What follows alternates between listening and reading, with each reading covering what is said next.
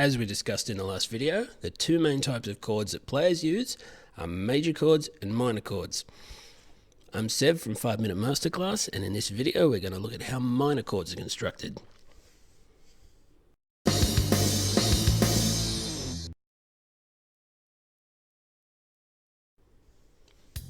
Just like major chords, minor chords are constructed using the major scale.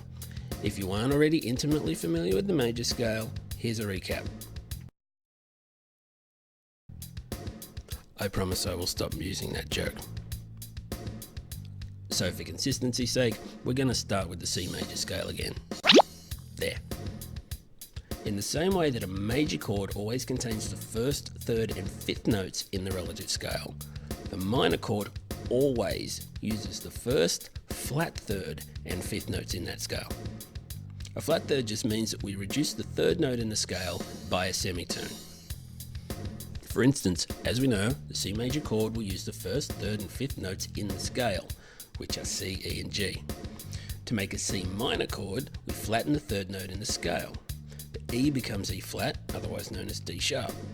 So the C minor chord consists of C, D sharp and G. Now let's look at the D chord.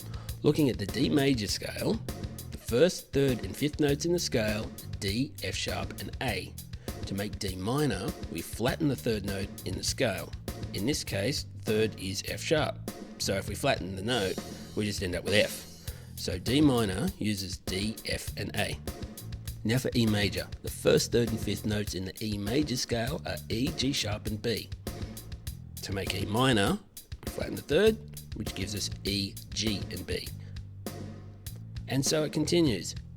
G minor, A minor. Again, this rule extends across all minor chords, regardless of what form the chord takes. It's all well and good knowing how to build major chords and minor chords, but without some context, what's the point? So, in the next video we'll be looking at major keys, and how we determine what chords we use and where.